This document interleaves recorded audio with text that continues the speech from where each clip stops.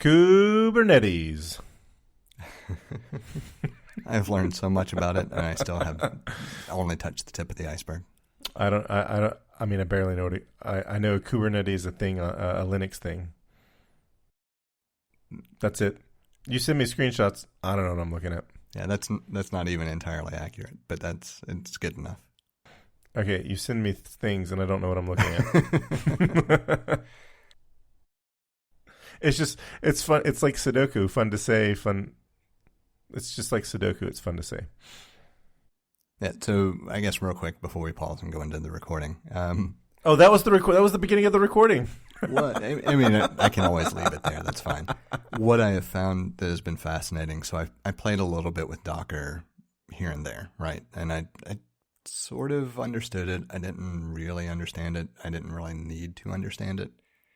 Kubernetes abstracts Docker a level further. Oh, wow. So you have a control plane that orchestrates the deployment of these containers that you semi-interact with directly, but you deploy pods, which are containers, just another word for containers. Yeah.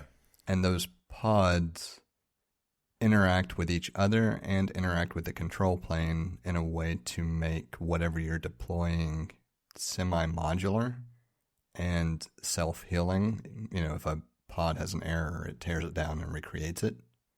But it opens up a whole level of complexity on trying to understand how you then interface with it unless you use services to orchestrate the networking components to interact with the pods with some level of survivability so that they continually use the same IP address, because the pods, when they get torn down and recreated, may or may not use the same IP address.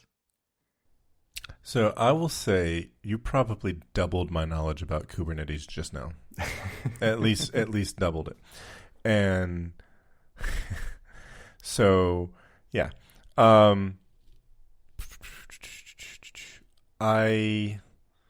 It made me, my mind drifted a moment, and I thought about the Facebook outage that happened a week ago. That was fun. Yeah. I love, it was like what was it, BGP error? Like did you say BGP? BGP, yeah. Yes. Yeah, okay. Yeah. And I just thought, I was like, ooh, who peer-reviewed that change? All I know is I loved it because I was not impacted at all. Like, literally had no impact on my ability to do anything. And yet I was fully aware of it at the same time. So I was fully aware of it. It did not impact my ability to do anything except for look at Instagram. Yeah, I guess if I were... So it affected people's work days, like in a drastic way. It did not affect mine. Yeah, same. Like for me, I didn't even know about it until after it was resolved. Well, let me rephrase. I knew about it, but it didn't impact anything that I was looking at until after it was resolved. I remember going and I was like, ooh, I bet Facebook is down right now. I open Instagram and I was like, Actually, the thing that I use by Facebook, the application or the service or the platform or the whatever I use from Facebook the most is Messenger. And I gotta say, I like Messenger a lot. There are things that I wish, there are things that Messenger does that I wish iMessage did. That makes me so sad to hear. That's just the state of iMessage, my friend. Messenger sucks so bad, though. It really doesn't. It really does not. I use a combination of iMessage and Signal, and there is nothing that I feel like I am missing from those that I get with Messenger. You want to know the worst one is? WhatsApp? No. Oh, okay. Way worse than Message Me.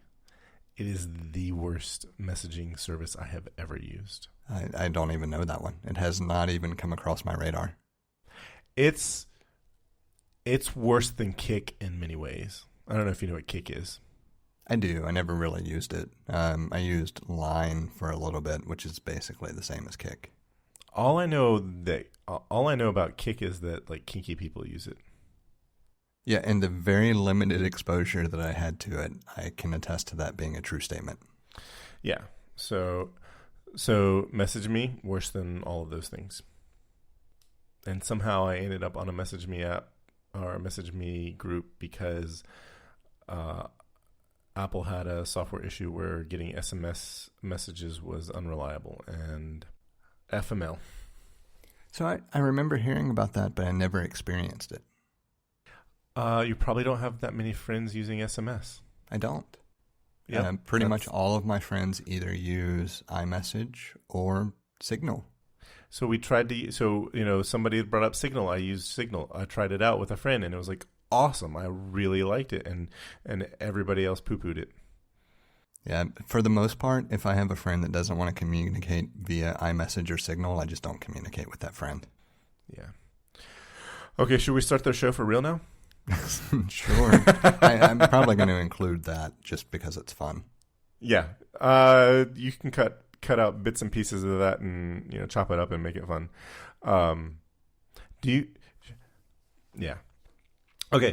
So I had one piece that I just wanted to mention from our last episode that I don't think we delved into, and I don't necessarily want to go into it. I just want to mention that it is something that exists, and that is the framing of your mindset going into things, whether you are adapting to changes or if it's a disruption to routine.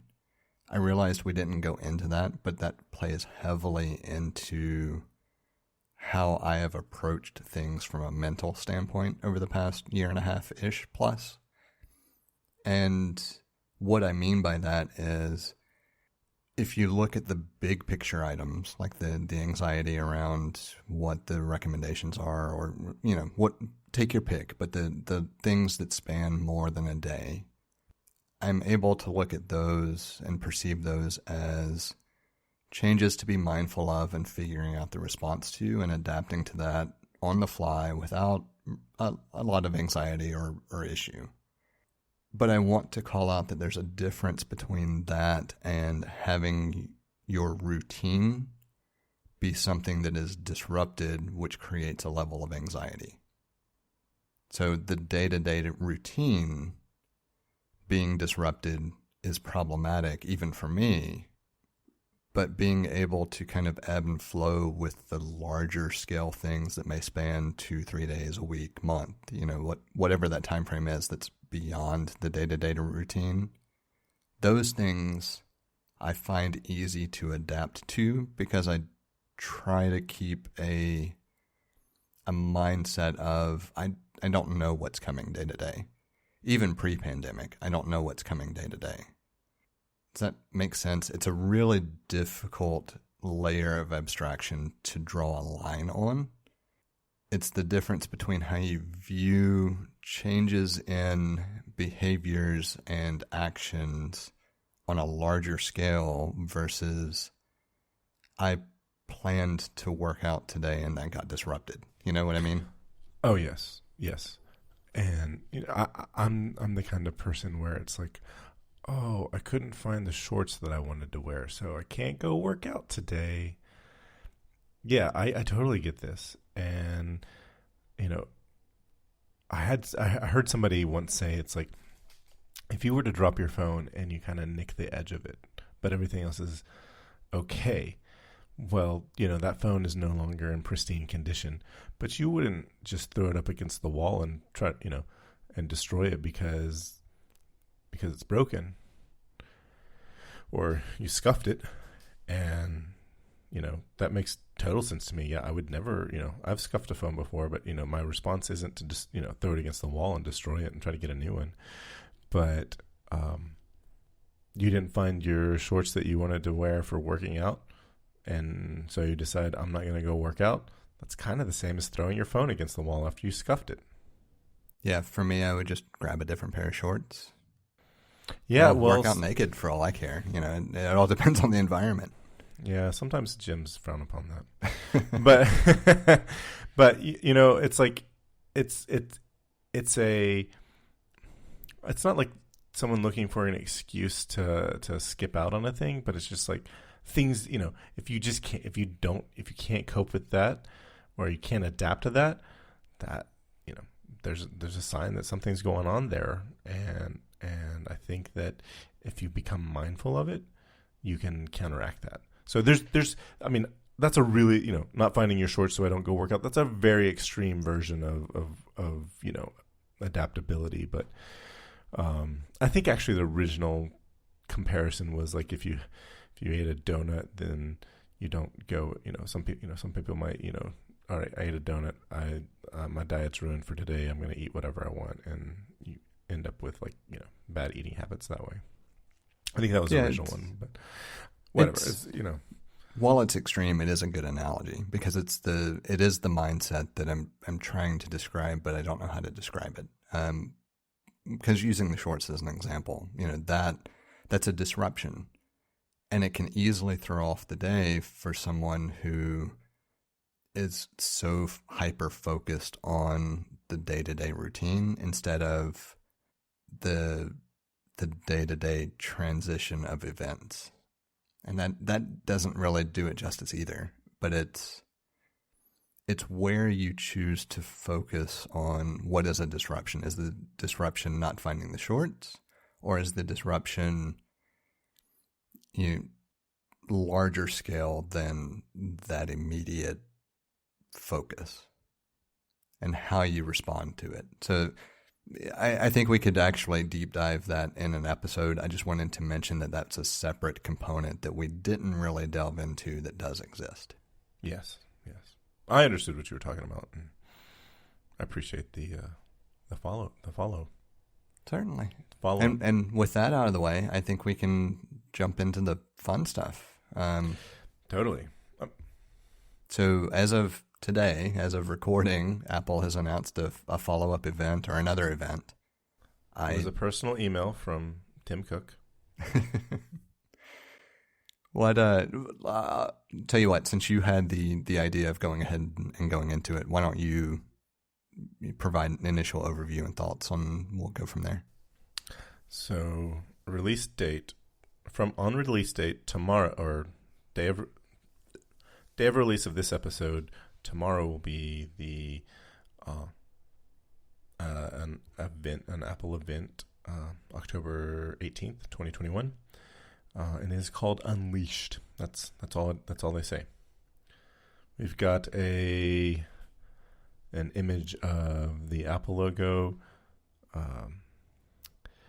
in what looks like a star field that is like, it looks like the star it looks like what the star field turns into during the jump, at the initial steps of the jump to hyperspace, and the Apple logo is in there. So I think what they're having fun with is we're about to see some really fast computers.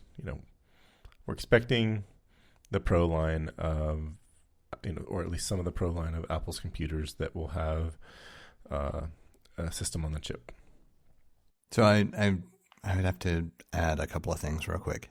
We're expecting the Pro line that would have Apple engineered Apple Silicon system on a chip, just in case there was any confusion there, which means that we're expecting proper Pro level MacBooks, maybe an iMac. Does that kind of summarize initial thoughts? Yeah, I'm expecting, MacBook Pros, maybe an iMac. That's what I'm expecting. So to put it in very blunt terms, we're expecting the next iteration of the M series chip designed for professional use. Whether that's called the M1X, M2, naming is completely arbitrary. Yeah. But as a result of seeing what the next generation iPhone processor is, the A15, I think there are a number of things that we can infer. Expect better and more GPU cores and significant advancements in GPU capability, in addition to higher performance, lower energy use performance cores, and then, of course, just better efficiency cores. So, should we talk about predictions and then wish lists? Yeah, let's go for it. Yeah. I am expecting. I'm expecting these. I'm expecting 16-inch MacBook Pro and a 14-inch MacBook Pro. Like, that's the minimum expectation I have for what we're going to see, and I expect the whatever M1 variant that they have inside of them is going to be based on the same thing, the A14, the same as the current M1 that's in the Air and the. There is an existing MacBook Pro in the form factor that Apple introduced in 2016, and I expect to see slightly new form factors. You really think it's going to be based on the A14, not the A15? I kind of do. Interesting. So my expectation is that it's going to be based on the A15 architecture. Ooh, this is going to be fun. I'm going to have a checklist for next Tuesday. I just don't see, and I don't see where they wouldn't have been developing the A15 alongside the next generation M series chip. That may mean that there are bits and pieces that are related to one architecture versus the other, but I expect the cores themselves to be in line with the A15. Are they? Is it Ice Storm? Or Blizzard and Avalanche? I don't even know. Okay. So I watched Rene Ritchie's thing, and I was like, "Ooh, I'm gonna remember these." And I think it's Avalanche and Blizzard. I watched Rene's deep dive on the A15, and I couldn't even begin to remember the code names for the cores. 100% recommend watching that to anybody who's interested in actually kind of the history of Apple's system on a chip. Like that episode could have been called A Brief History on Apple's foray into developing their own silicon on a chip. Oh, it was excellent. I will make sure I include the link in the notes for sure. Yeah. So I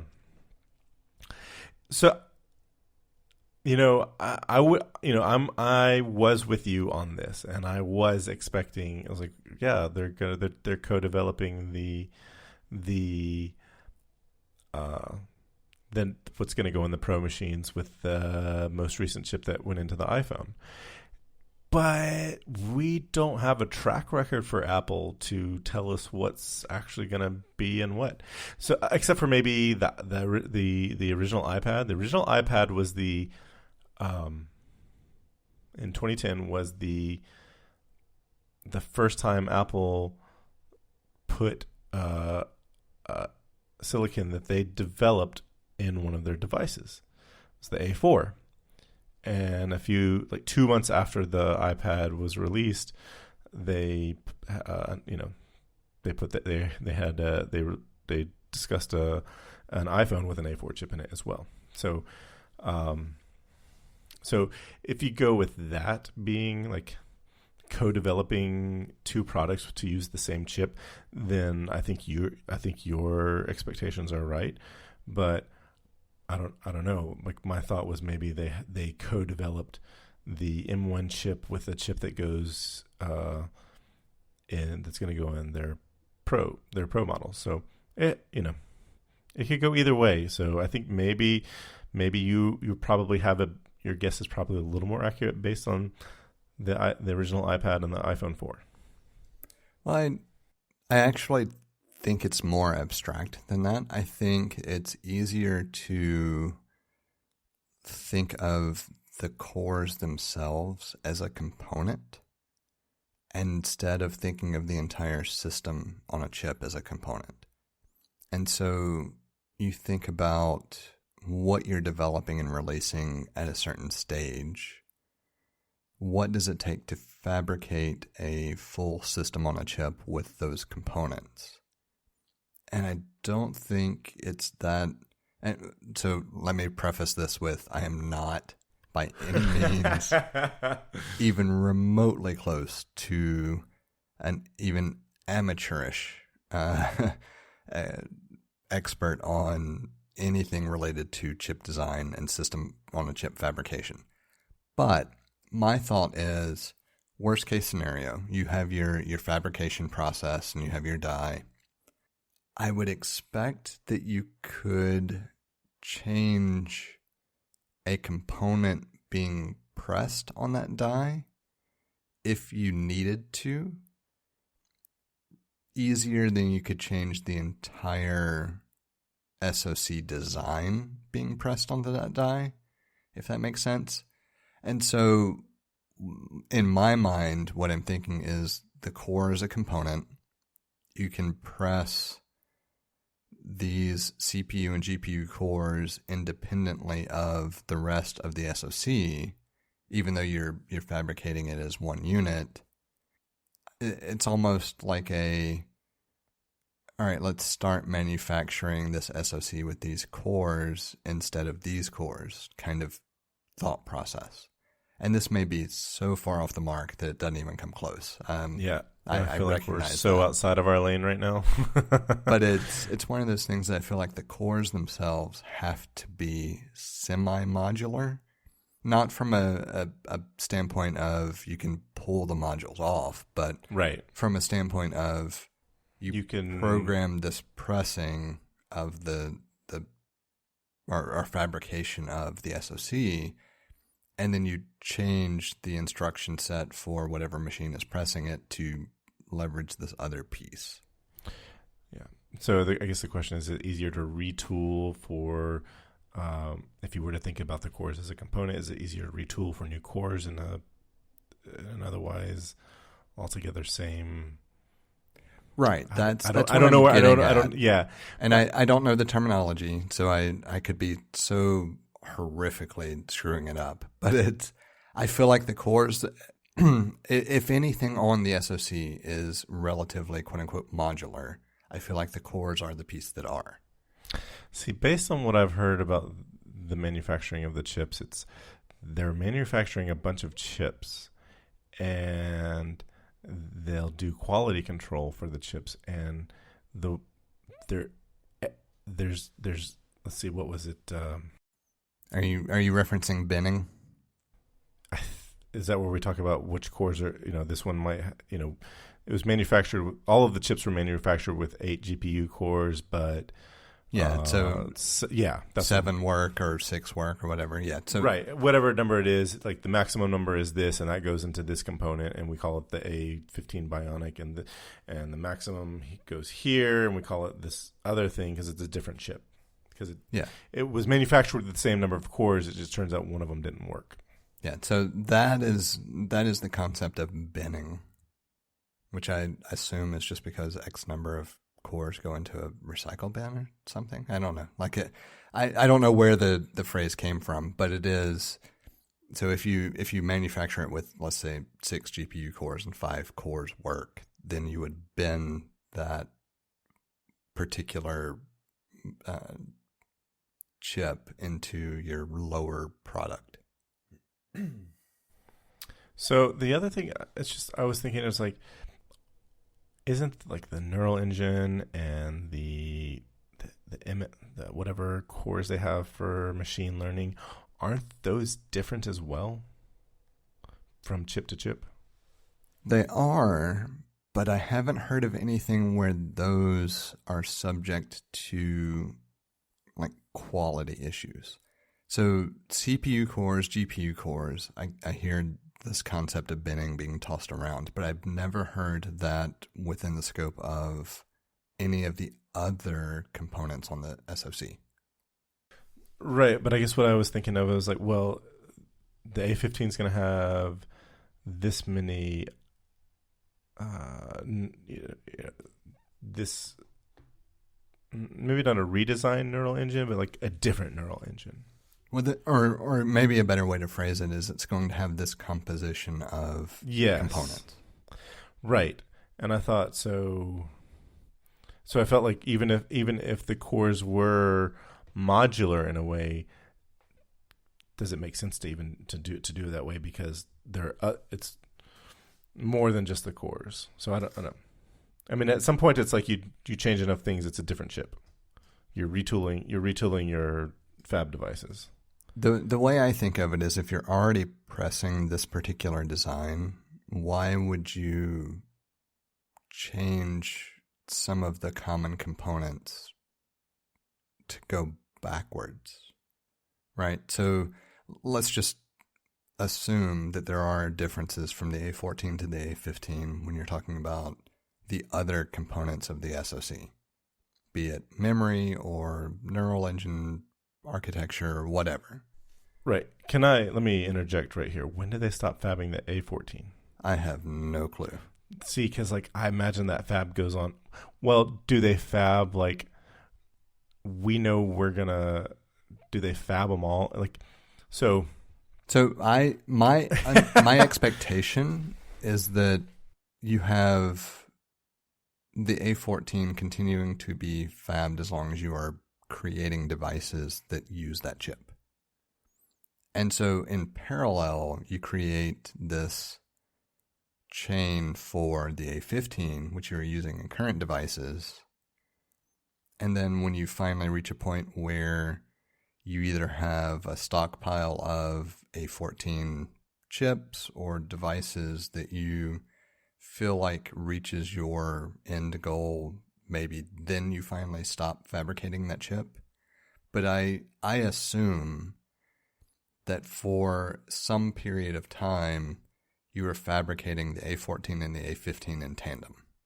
And then you drop the A14 and fabricate the A16. I guess that's what I was getting at. Are they being fabbed in tandem? And I don't know. What I do remember, and this is my only insight on this, is with from a decade and a half ago, the NVIDIA chip that had such a high failure rate on MacBook Pros. You remember this? Vaguely, but I do remember what you're talking about, just because I remember the KB article. I was gonna say, do you remember the iPod with the GPT test on it? Yes. So, just for so that it's not too inside, when you and I worked at this, I was about to say I don't know why, but now I remember it was in the K-Base article. There was an issue with some NVIDIA chips on mostly plagued 15-inch MacBook Pros. It was the pre-unibody design. I want to say it was around 2007, 2008. Or the NVIDIA chips that Apple was using in the MacBook Pros 2007, 2008. It was the discrete GPU. Oh, no, I think they only had discrete GPUs in those machines. There's a internal knowledge base article that described to have, a manager was supposed to expense an iPod Classic, and there was a graphics processor test that was installed on an iPod. I was just thinking, I was like, I worked at 3 different Apple stores, and they all had an iPod Classic with this GPT test on it, which is a graphics processor test.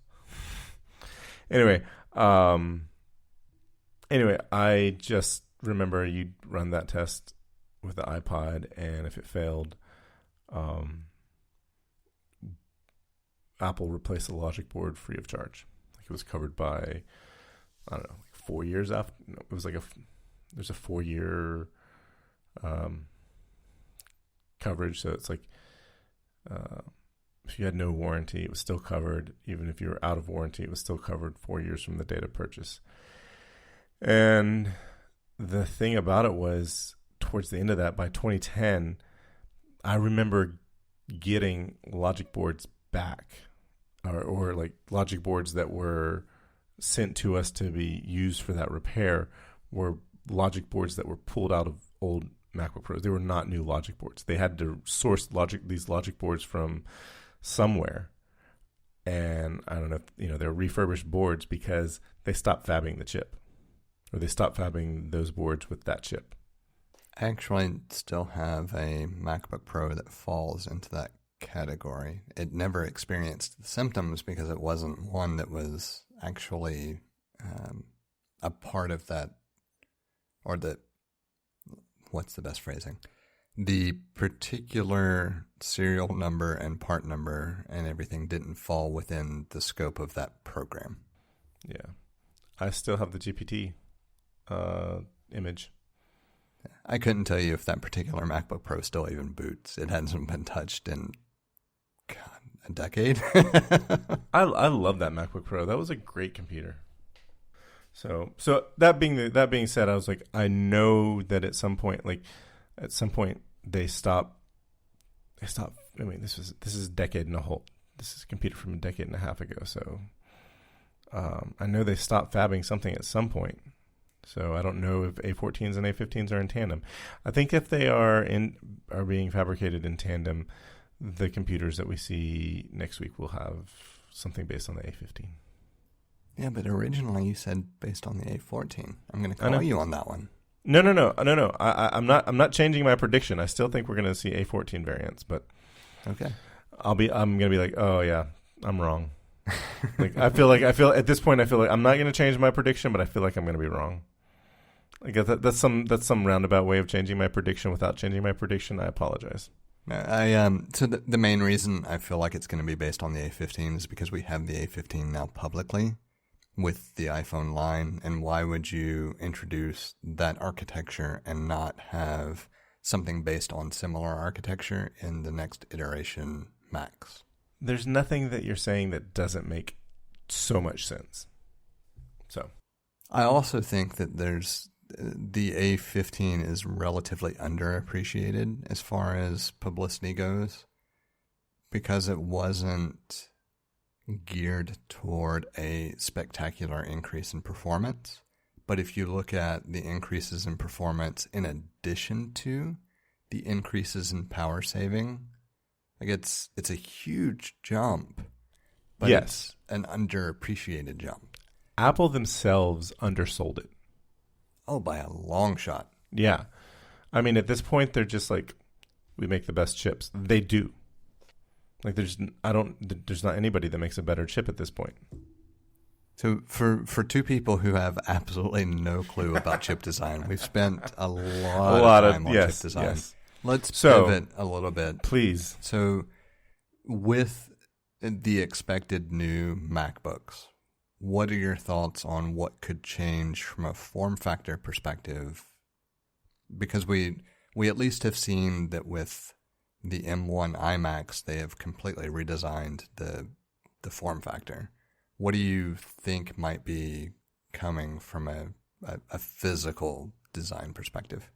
So I've heard there's going to be a flatter design, kind of like how the iPhone and the iPad, design cues from those two, the top of the iPad Pro and the iPhone. And it sounds weird to me. And in my head, I've been thinking about, well, I don't need this computer to be any thinner. I didn't need it to be thinner from the previous iteration. What I do want are more ports. And so I got to thinking, I was like, I don't think Apple's going to make a thicker computer. They may not make it thinner, but they're definitely not going to make it thicker. And I don't really see a need to make it any thinner until we have drastically different technology, i.e. the phones and tablets that you see in Westworld.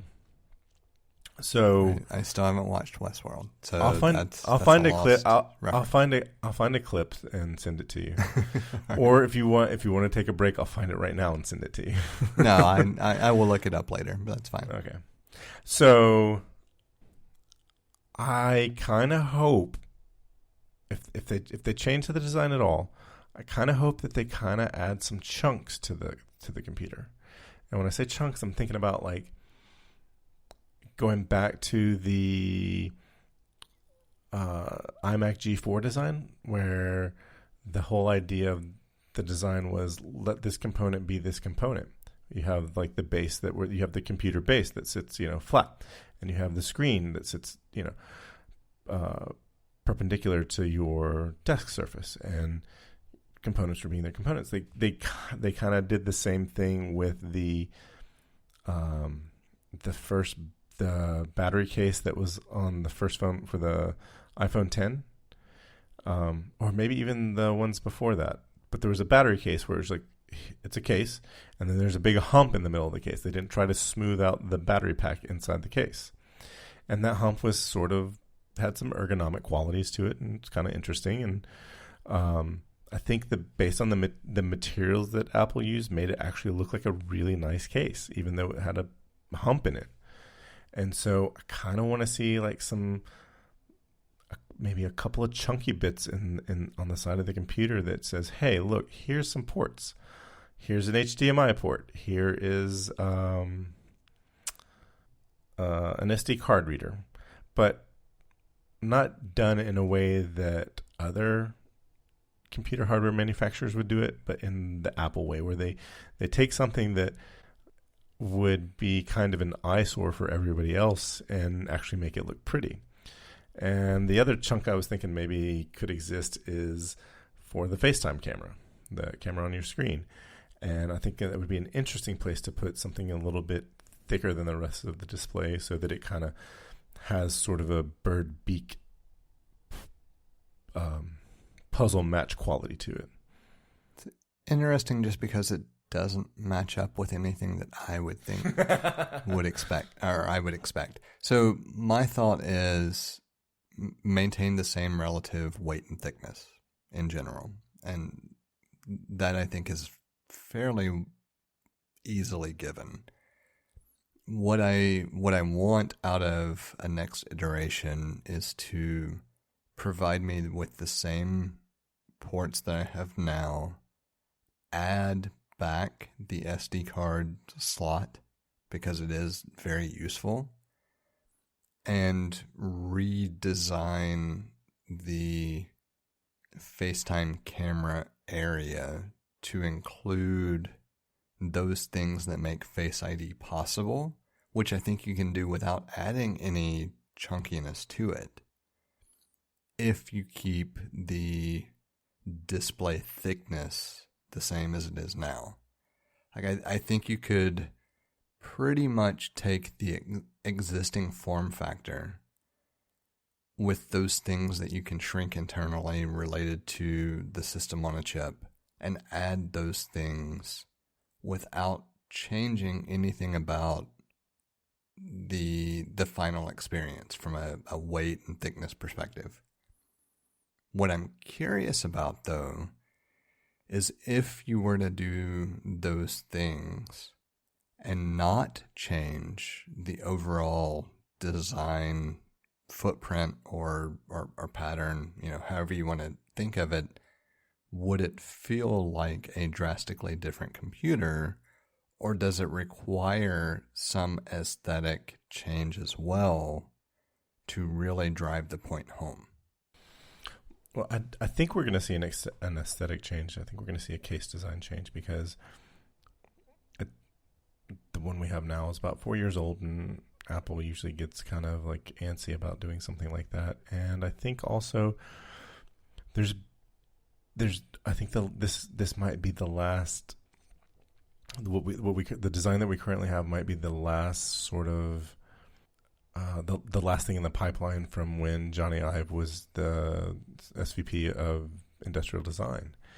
And so now people are wanting to make their mark in that area, because he's now gone. And so, we saw the inverted T come back to the keyboard on the 16-inch MacBook Pro. And also scissor, they went back to scissor mechanisms, and, the butterfly mechanism is gone. Which were drastically needed for reasons unrelated to design aesthetic. But I was, one of the, I was thinking about the original MacBook. The original MacBook Air had that hatch that dropped down for the ports, and that's kind of where I got my idea of like I wouldn't want to see a hatch because I did not like the hatch. I thought it was, I don't know.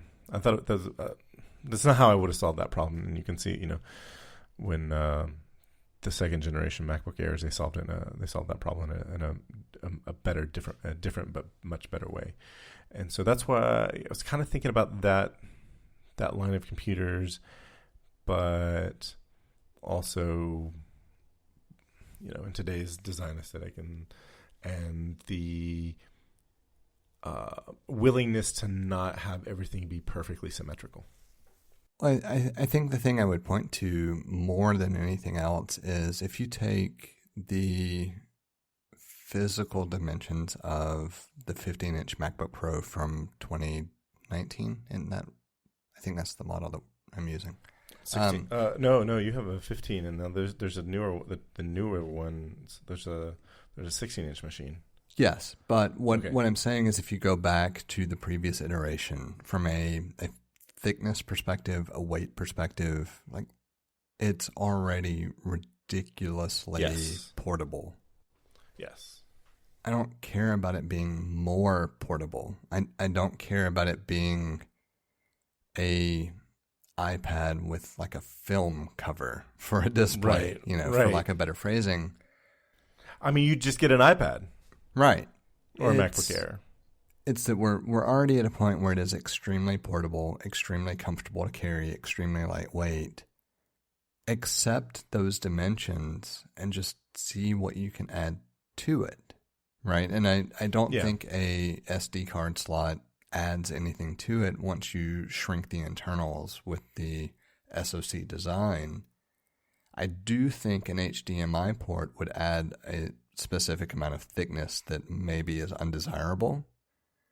And I'm okay with it not having HDMI because I've gotten used to having to leverage Thunderbolt / mini display / whatever the hell you want to call it at this point. A USB-C connected, a thing with a USB-C connector. Right. And so worst or best case scenario, not worst case, best case scenario is you maintain those same thicknesses and dimensions on the computer body. Maybe you shave a millimeter or two off of the screen thickness if you want to try to aim for even greater portability. Perhaps if you're putting perhaps you'd be putting a mini LED display in there to accomplish that. Yeah, maybe. I mean, who knows what you can do from that perspective other than the people who are actually paid to do the R&D on it. But like even going back a few years now at this point, it's extremely lightweight and portable, especially compared to everything else on the market that is that capable. Let's not have that be the driving focus. Let's have the driving focus be expanded capabilities without adapters. In 2001, so 20 years ago, when Apple released the Titanium PowerBook, they've always had the slimmest and lightest weight computers for their class. And that for their class is kind of an important modifier there, but yeah, we're not comparing to the slimmest Chromebook you can find on the market. Right. The MacBook Air is the current MacBook Air with an M1 is probably the fastest. I mean, it's fast for certain things. It's faster than and more power save, like energy efficient computer than any 13-inch device. Maybe not the iPad Pro. But let's say just any 13-inch computer, is there a faster, thinner one? I don't know. I would say it's comparable to the iPad Pro because it's the same CPU. It's the same chip. Same system. Not even CPU. Same system. Yeah. Yeah. I mean, at this point, we're saying CPU to mean SoC at this, at this juncture. Yeah, so, but we should make sure we emphasize SoC because CPU is very limited in comparison. Yes, yeah. So I think So I kind of messed up here because like some of what I was doing was like wish listy and in the middle of that prediction. The prediction I want to make is like I think we're going to see more ports on the MacBook Pro. I think the SD card is a really easy add.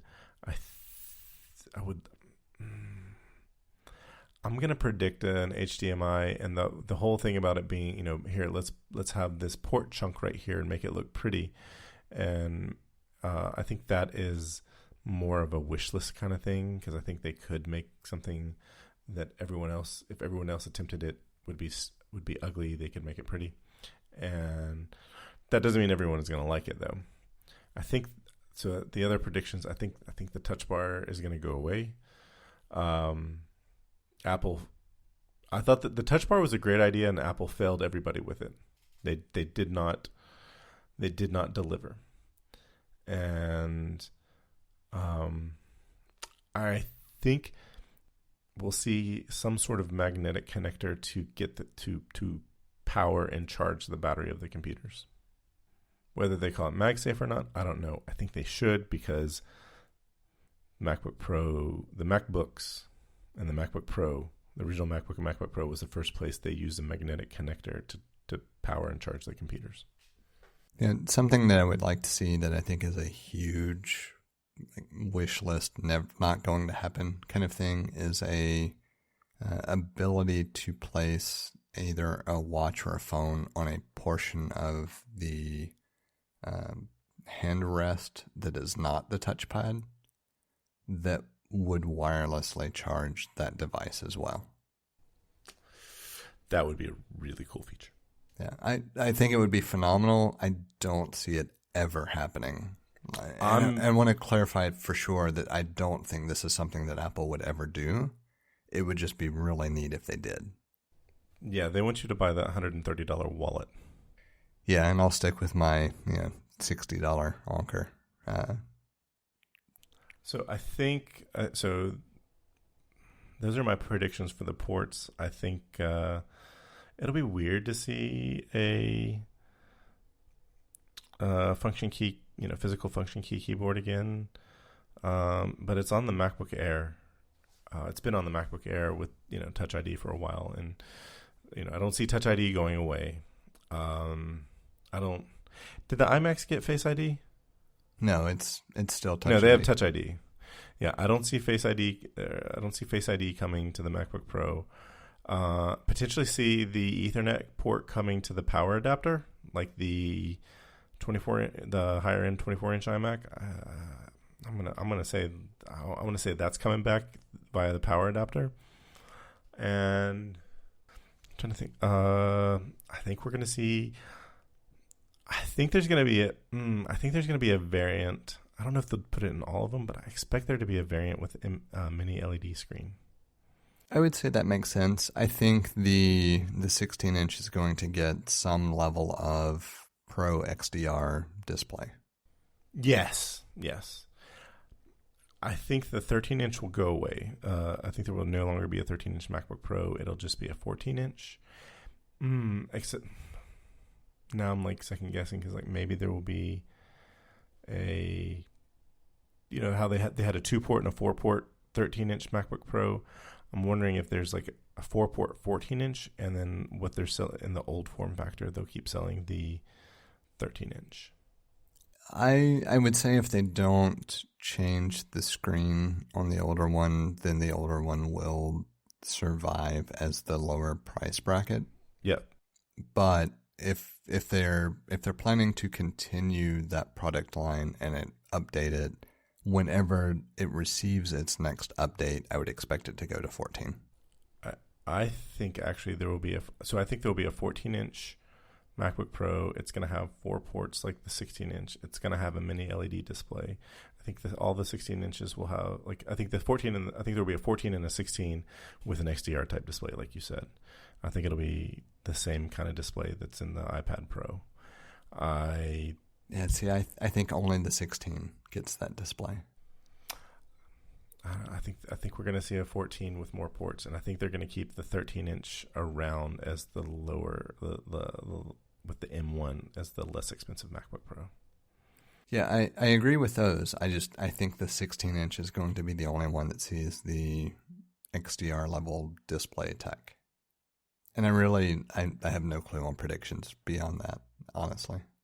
So one of my wish list items is that if they are going to have a magnetic connector for power, that it's an interesting, instead of putting like a specific MagSafe connector like they did on the MacBook Pros and the MacBooks and the Airs, if they have a type of connector that connects to USB-C magnetically. So you still have all the functionality of a USB-C connector for power, but there's also the power adapter that comes with them can connect to it magnetically and charge. I feel like this is kind of science fiction, but that's kind of a wish list thing that I have. I don't know. I think if anybody could solve that particular dilemma, Apple is the one to do it. Yeah. Yeah. I could see a specific port, like you lose the flexibility of using any of the 4 ports if you use MagSafe for that connection, but also having the flexibility of using a traditional USB-C cable in any of the other ports like Yes. you do today. Yes. That's I think, Apple doesn't, they tend not to like to make special ports. Like some hardware, computer hardware manufacturers, they'll have like, all right, here, they'll have USB 3 and USB 2 ports, USB 2 ports on the computer. And it sort of makes sense in that landscape because who wants to be using a USB 3 port for your Logitech Unify receiver? It makes no sense. Or your mouse. Right. Let's make it even more simplistic. Right. So, I was thinking like, Bluetooth mouses, but like there's a lot of Logitech mouses out there that don't have Bluetooth and they use that receiver. And it just doesn't make sense to use up a really good port for that. So PC manufacturers, they it's less expensive.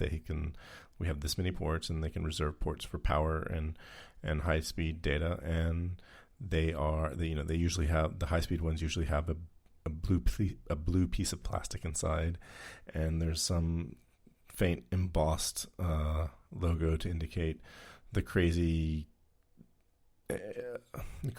naming convention that USB has used to indicate what speed it is. I think we talked about that in an episode way a long time ago. Do you remember that? We certainly have not talked about it since they have attempted to rebrand those things, though, because that was a recent discussion. Like all the old ones as well? I don't know if they're going back that far. I just know that there was an article talking about the USB consortium attempting to rebrand current generation stuff, and it was just as ambiguous as ever. I'm gonna go find a Wikipedia article and Yeah, it's clear as mud. About that. Anyway, so Apple, it's depending on how expensive it is to make a magnetic connector out of a USB, like they're either gonna make it. I think if they do a magnetic connector and it's not USB-C, then it's going to be one specific connector, and it's probably going to be on the left side of the computer because I think it was always on the left side, and which is where the headphone socket should be. But anyway, I don't know if they would make it. I don't foresee them making only one magnetic connector if there are 4 holes that look at exactly the same. I mean, and ideally, you would have one on each side that would have that magnetic connection, and then one on each side that's the traditional USB-C. Yeah. If not more, right? But I don't expect more than that for sure. But it would make so much sense because it's also called Thunderbolt. We're literally putting electricity into the computer. Well, I guess it makes sense. It's been making sense for the past 4 years. Yeah, but how many people do you know the difference between Thunderbolt and USB-C? Just people like us. Yeah. Anyway, those are my MacBook Pro predictions. I seriously hope between it doesn't have to be in the event, but I seriously hope between now and then at least a press release about the next generation of AirPods. And I don't think we'll see a better Mac Mini, a better Mac Mini than we have now, but it wouldn't entirely surprise me if there's a more powerful Mac Mini. And so my thoughts as a high-level summary, I expect next generation MacBook Pros. I expect something in the iMac space that is more powerful than what currently exists. And that's it. I don't expect anything on the Mac Mini front until spring of next year at the earliest, if not like WWDC next year. And I could be surprised, but I just don't see the Mini seeing a significant upgrade until the Pro is released. Sure. I feel like you have to get through the entire product line before you say, hey, here's a Pro level Mini. I can get on board with that thinking. I'm surprised that you think we'll see iMacs next week. I just think it makes sense to have whatever answers the iMac Pro or the previous iMac Pro gap alongside the MacBook Pros that are Pro level. And that's the one thing that I feel like I could be completely mistaken on, but as much as I despise the iMac category, I feel like it's a huge gap that is solved with the exact same system on a chip that you solve for the portable professional line. So why not do both at the same time? The only reason I thought you wouldn't do both at the same time is because you'd want to have the MacBook Pro being the highlight. But, yeah, there could, I don't know. I would like to see, I'd like to see them, the iMac and the MacBook Pro share an event. I think that would be perfect. Yeah, I don't know. I just feel like it makes a lot of sense to have, here's your professional level platform, and if you desire portability, this is the one you get, and if you desire a workstation experience, this is the one you get. We already know they're going to share the same chip. That has been that's easily proven just from the MacBook Air and Mac Mini and iMac line of computers and redesigns. If it's going to share the same chip, just give us both and let us choose which form factor meets our needs. Right. And there's no reason why, the only reason why, the MacBook Pro and the iMac or iMac Pro didn't share the same chip is because the ones that went in the iMacs were much, much hotter. Yeah, I mean, that was purely thermal, and that has been addressed with that Apple issue goes away. Silicon. Yeah. Yes. So, at this point, it would be clock speed, not thermal. Right. And so it kind of, so in thinking like that, it kind of does make sense that they would come out together. It's like, here's this chip. What do you want wrapped around it? Something portable or something for your desk? Well, so here's my rationale for why it makes more sense. If you're going to do a Mac Pro, you want the Mac Pro to have its own spotlight. If you're going to do a professional level chip that could be in a portable or a workstation, you want to combine those and keep the Mac Pro separate. So from a roadmap perspective, it makes more sense to me to have the MacBook Pro and the iMac Pro be pretty similar, share a lot of architectural design considerations, and then have a completely separate, and you know what, if you want to just blow the socks off of everything out there, this is the event for you come, say, end of November. No, I think this is the last Apple event of the year. Well, I do too. I'm just saying that, like, from a separation perspective of events, Yeah. MacBook Pro / iMac Pro fits well, and then the replacement for the Mac Pro deserves its own spotlight. Totally. I honestly think that should be a WWDC announcement. They've gotten away from hardware announcements there, but I feel like that's somehow you put it in there. Yeah, I think it would fit very well in a WWDC announcement. You could do it at any point. I just feel like you have to separate that from the other platform. I agree. I think that might come in like a spring event, and then when WWDC comes around, they're like, hey, how great is that Mac Pro? It might be something like that. Or it might be like, hey, Mac Pro's coming in, next June. They might say, hey, Mac Pro is coming later this year. So I could see it going either way. Yeah. Timeline-wise, it doesn't matter as much. It's more just what this are event you going versus to that lump event together in an event. Yes. Yeah. And I think the MacBook Pro and the iMac Pro, because I don't think there's going to be so I expect there to be an iMac with a larger display, and it's going to be called the iMac Pro. And I don't think you're going to get an iMac with a larger display that doesn't say iMac Pro. I think the 24-inch iMac that you have now, which I think is only 3 inches smaller than, as far as the diagonal, is only 3 inches smaller than the largest iMac that we've had. I don't think you're going to see anything branded as iMac that has a larger display than 24 inches right now. And anything that has a larger display is going to have the Pro added to it. And I think Apple is moving into a place, and to use Gruber's moniker, of Pro meaning deluxe for Apple, or in Apple parlance, is sort of disintegrating, because if you compare the current iPhone Pro to the iPhone, it really has Pro features. And the hope is that when we see new MacBook Pros, they will truly have Pro features. It'll be Pro hardware, and not just not just extra nice hardware.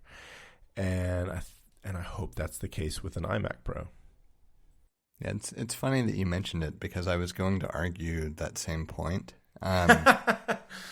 Because I think with the iPhone 13 Pro, we have our first glimpse at an actual delineation between general consumer-facing features and an extra layer of something, whether it's software features or hardware, or accelerated features, or what.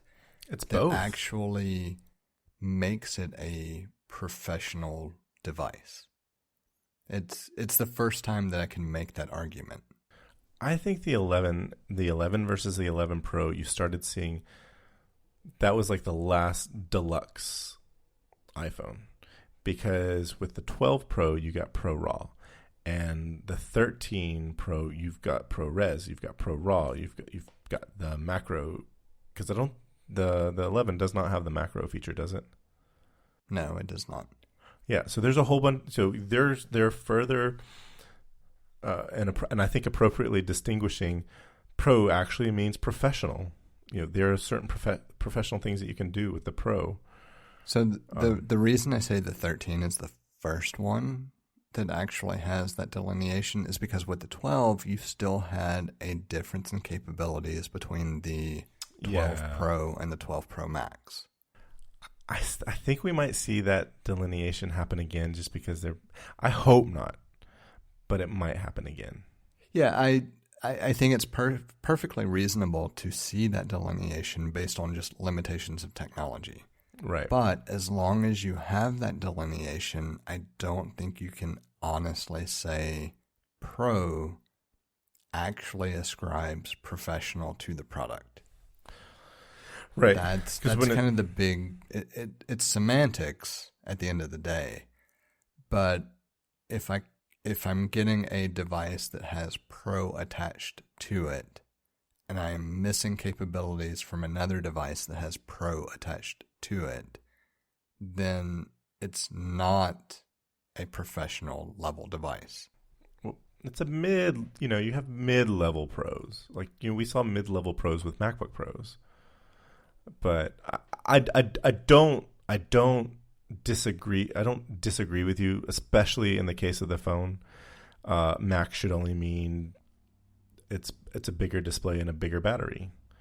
I think they should do what they can. Here's what we can put in the iPhone Pro Max.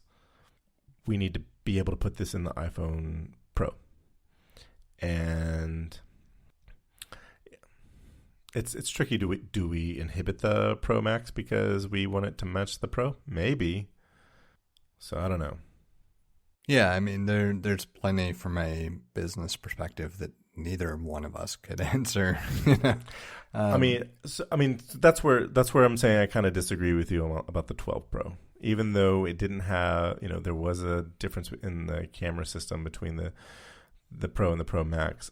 There was still enough difference between the 12 and the 12 Pro, where I think Pro was still okay. And even if the 13 Pro Max had a better, there was some difference between the camera and the 13 Pro, I'd still think it's like the gap between the Pro and the Pro Max is much smaller than the gap between the iPhone and the iPhone Pro. Yeah, I get the argument. I'm not saying we're just going to have to agree to disagree. Yeah, in this case, I would say that's fairly apt because the biggest portion of it to me is if you're going to add the Pro moniker, it should have all of those features that make it Pro. Like it shouldn't be constrained just because you can't make the technology fit. Otherwise, you should have like the iPhone 12, the iPhone 12 Deluxe, and the iPhone 12 Pro. It's right. No, it's more a matter of if you're going to ascribe that Pro moniker, it should have all of the Pro features. Right. So, I mean, essentially what we're saying is like, yeah, the Pro Max should be held back if it can't fit into the Pro. Yeah, from my perspective, that would be what I'm arguing for sure. I'm on that bandwagon. And it's why I love the 13 Pro line, because it's literally the differences are screen size and battery capacity. Yeah. So one last thing before, hey, I didn't mean to do that. One last thing before we wrap up. I was just like, it just popped in my head because I haven't allowed myself to be stupidly optimistic about this, but Apple displays that aren't an XDR, there's a huge hole in their lineup. There is. I don't see an Apple display coming this iteration. Like my thought is they're figuring out this concept of XDR display technology. I don't see it until next year at the earliest if they re-entered the standalone display space. So they absolutely need to re-enter the standalone display space. As a matter of pride, if nothing else. The original, and announcing a display with MacBook Pros is not a new thing for them. The original 24-inch LED display was announced with the original unibody MacBooks and MacBook Pros. So it's there. It is not unheard of. And if they're announcing iMacs, like the same display technology that's going, like I don't expect the iMac Pro to have the same display technology as the XDR Pro display. Maybe we just get an XDR display that's not a Pro display. Yeah, my just gut feel on it is if Apple re-enters the display space, it comes with the Mac Pro, not anything else. The reason I would argue against that is because the Mac Pro, the last Mac Pro we got came with the Pro XDR display or XDR Pro, whatever. Yeah, whatever it's and called. and it's the highest end computer, it's the highest end display, and there's just a lot of room for displays right now because there's we need MacBook Pros. People use a display with a MacBook Pro. People would use a display with iPad Pros. So I don't think we're going to see it, but yeah, I mean, I agree with you. I don't see it happening yet. maybe when they do the Mac Mini Pro. Yeah, I'm going to keep holding my breath for that one. Yeah, until we're blue in the face. So that's a long episode on predictions. It really focused on like 2 predictions and wishes. It was. Do you have any other wishes? I actually don't. The only thing I really want is just an updated 16-inch MacBook Pro and seeing what it looks like. I don't even care about the 14 or 13 or whatever size they have smaller. I was a long-time iMac user. I don't dislike iMacs, but I also like my MacBook Pro, and I will keep using a MacBook Pro for the foreseeable future for various reasons. And that's honestly all I'm interested in as well, a cool new 16-inch MacBook Pro. We have a number of different ways set up for you to get in touch with us to provide feedback, ask questions, or just comment in about something we've discussed. You can hit us up on Twitter or Instagram at untitled_hosts, or shoot an email over to untitled.hosts@gmail.com. Or get in touch directly with Jesse at jthart.com, or get in touch with me, John, via telepathy. If you would like to support our work or are interested in listening to our new after-show feed, head over to patreon.com/theUntitledPodcast and take a look at the options we have set up. Thank you for listening. We hope you've enjoyed the show. And we hope to connect with more of you as we continue this journey. That's a wrap.